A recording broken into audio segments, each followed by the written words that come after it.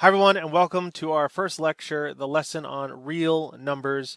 I know we're all here for algebra and to get better at basic math, but it's really important that we start off with what goes into these variables, what goes into these functions, and that of course is real number. In my experience, people come from different backgrounds with this. They have different definitions, they have different terminology, so it's extremely important that we all sort of start off on the same page. And one thing I want to show you is that the real numbers, often if I ask people to like draw this and represent this, they draw a number line. And that is perfectly fine for most purposes. You put 0 in the middle, and you have infinity off on the right, and negative infinity on the left.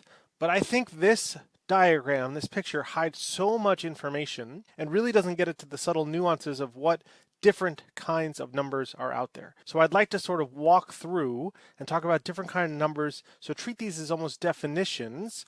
You don't need to memorize these right now, but keep them handy. I'd recommend taking notes as you go. For new definitions in particular, always think about referencing them later and also examples of things that are and are not those terms. So let's start off first with something called the natural numbers. Here's my exercise to you. Pause the video and count to 10. I am very serious. Pause the video. I'll wait. Count to 10. Even if you don't want to say it out loud. Here's my guess. No matter where you are in the world, you started at 1, 2, 3.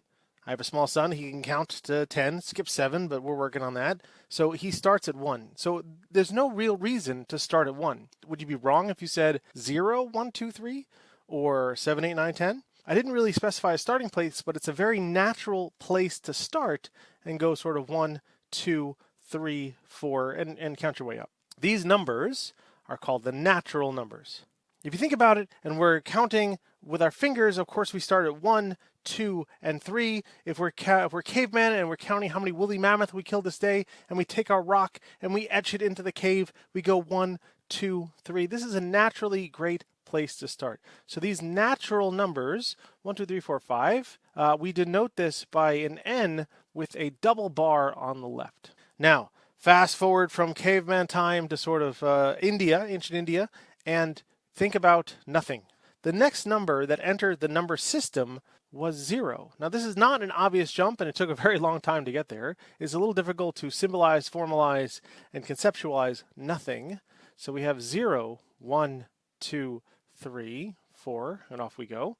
When you add 0, you have created the set of whole numbers.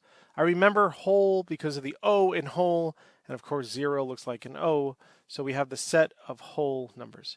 That set is denoted as W with a slash to denote the set of whole numbers. Now fast forward throughout human history and start trading with different civilizations, and all of a sudden you owe me money or coins or whatever it is back then, rocks that they traded, who knows.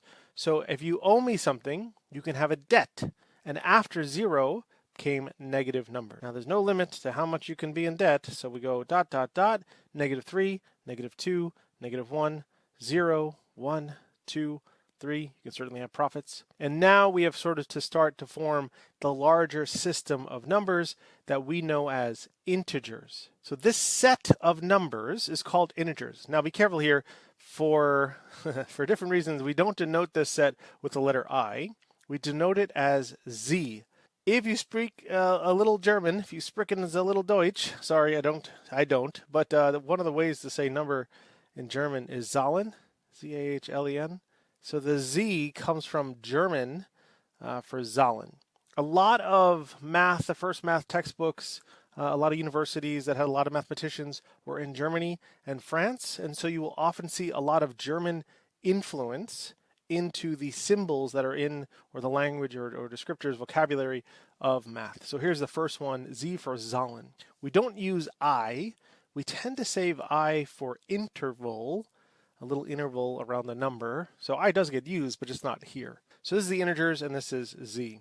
If I want to talk about a particular element, I'm going to use some symbols here, by the way.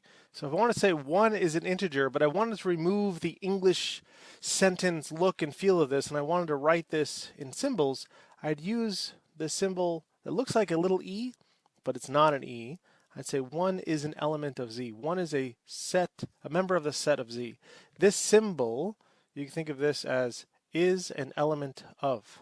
And certainly you can write things that are not an element of. So I could say, for example, that 0 is not a natural number. And you start to get into more of the symbolism of math than writing out full sentences, which is a bit more common.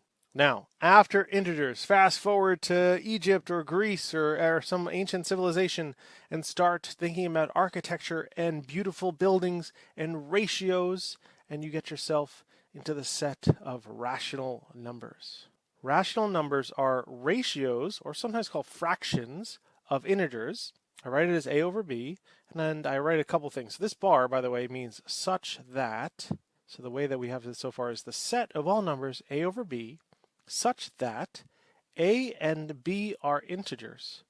I'm allowed to pick any integer I want, 2/3, 1/2, 3/5, pick whatever you want, as long as, of course, and I think we all know this, you can't divide by 0, so you're not allowed to pick your denominator to be 0. Any other values are fine, as long as your denominator is not 0. These are called your rational numbers. The symbol to denote these ratios is not r. Why can't we use r? We're going to save r for the real numbers, so I have to come up with another clever way to say ratios or fractions. I can't use f, because I'm going to use f for functions, so I look up other words in the thesaurus, and I come up with q for quotients. When you write a number as 1/3 or 2/3, remember you're dividing 1 divided by 3, 2 divided by 3, and so you get quotients. So Q is our set of rational numbers. It's a very famous result that not every number is rational. You may know that pi cannot be written as a fraction. So we'd say, of course, that like pi is not rational. When you are not rational, something like this, you're called irrational. It's a nice, so pi is irrational, e square root of 2. There's all these numbers that cannot be written as fractions. Once you have all your rational numbers, though, when you start to want to talk about the more complicated numbers, pi, square root of 2, e, pick your favorite, scary number, then that is when you get to the real numbers. So the real numbers is our big world, our universe. This is where we're going to hang out for the most part, but I want to show you the structure that happens inside of this universe that's not obvious from the number line. Real numbers is a little difficult to define. If you ever take a more advanced course called Real Analysis, they'll do this officially. I'm going to sort of hand wave a little bit and say any number with a decimal expansion. That allows me to talk about 7, right? Because 7, of course, is like 7.0000, or I can certainly talk about pi, which is 3.14159, ... So everything is a real number. I want you to stare at this for a second and realize that as I've developed a larger set, I haven't lost any numbers along the way. This is extremely important. I want to keep all my previous contributions to the number system. So when I went from natural to whole, it's 0 plus everything I had. When I went from whole to integers, it's negatives plus everything I had. Rationals, I can think of every integer as a rational. How do I do that? How do I think of 2 as a fraction? Well, that's just 2 over 1. How do I think of a rational number as a real number? Well, I would take out the calculator and figure out its decimal representation. So 1/2 is 0.5, 1/3 is 0.3 repeating. So I can always, again, assuming I'm not dividing by 0, turn a rational number into a real number, and you get everything along the way. What I like about the number line is that it's short, it's sweet, it's simple to think about, and it's definitely useful at times, but I don't think it gives the true picture. Let me draw you a different world, a different universe of numbers, just so you can get a feel of like the structure of the real numbers here. We said the very first level, the simplest level, are the natural numbers. And inside the natural numbers, remember we start at 1, 2, 3. When I add 0, I get this extra layer, which are my whole numbers. When I start to add negatives, I get another layer, which is my set of integers. Keep going and form fractions or ratios or quotients of integers, and you get rational numbers. Finally, add numbers like pi and e or any other decimal expansion that's not a fraction, and you get the set of real numbers. And these delineations, these lines, these separations are non-trivial. There is a reason why we draw the line. So for example, what is a whole number? That's not natural. What's some number that lives in the second layer? Well, 0. What's an integer?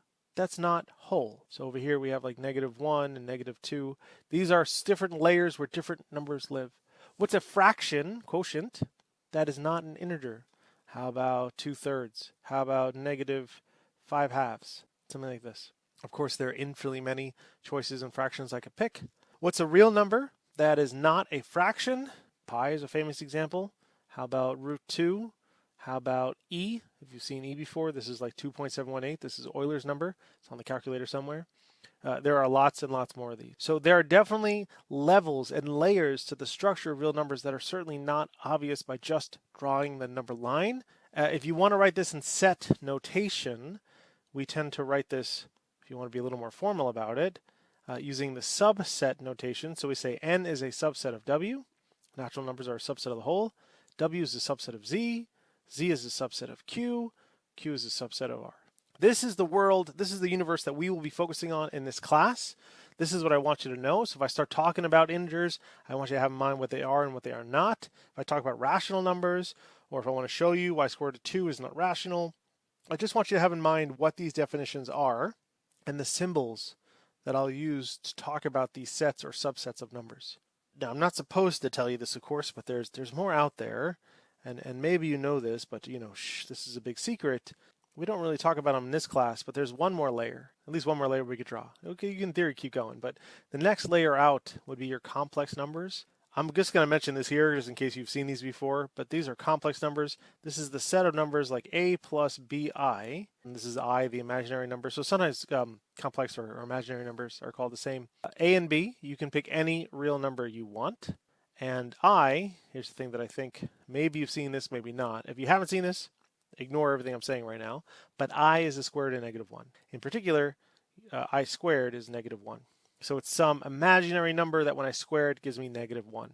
This notion of squaring something to get a negative, you can't do that with real numbers. There's no number, no real number, that if I square it gives me negative. So the next layer out, if you did want to keep going, becomes your complex numbers. These are your complex numbers. It's denoted with a C with a bar on it, and if you've seen complex numbers, they look like 3 plus 2i, or you can get, 7 plus 0i. Of course, this is just 7. So you still get everything you have. Pi plus 0i is just pi. So you don't lose anything prior. You just get the ability to get new numbers now. I is in there, 3i, 7i, whatever you want.